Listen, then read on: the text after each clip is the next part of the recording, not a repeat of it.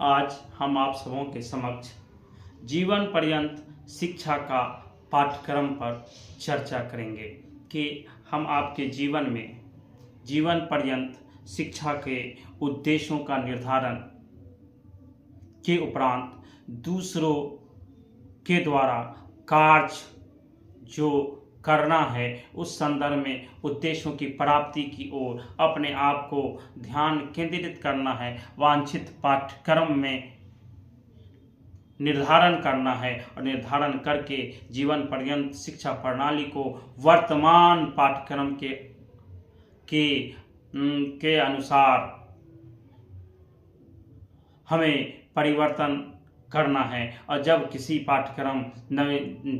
नवीन शिक्षा प्रणाली के अनुरूप पाठ्यक्रम का निर्धारण हम आप करते हैं तो हम अपने जीवन के अंदर अत्यंत महत्वपूर्ण और आवश्यक कार्य करते हैं। इसलिए कि परिवर्तित शिक्षा व्यवस्था में अध्यापकों की क्या भूमिका होनी चाहिए, या इस स्तर पर इस बात को भी निर्धारण किया जाना चाहिए कि शिक्षाविदों ने जिन समस्याओं के समाधान के लिए समय समय पर विचार करने की भूमिकाओं का निर्वहन किया है,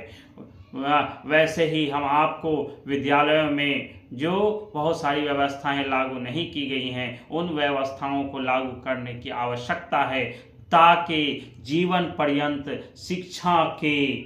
पाठ्यक्रम के निर्धारण के लिए एक व्यापक शैक्षिक प्रयासों की आवश्यकता है, जिसके माध्यम से जीवन पर्यंत चलने वाली शिक्षा के उद्देश्यों का निर्धारण करने में जो कार्य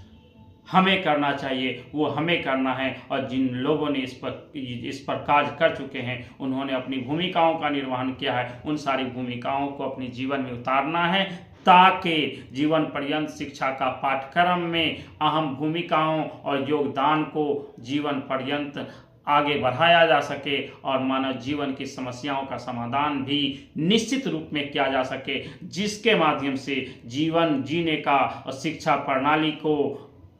जीवन पर्यंत शिक्षा प्रणाली को वर्तमान पाठ्यक्रम के अनुसार ढालने की आवश्यकता है। इसलिए कि ये सारे के सारे पाठ्यक्रम जो हैं वो शिक्षक को सुचारू ढंग से, व्यवस्थित ढंग से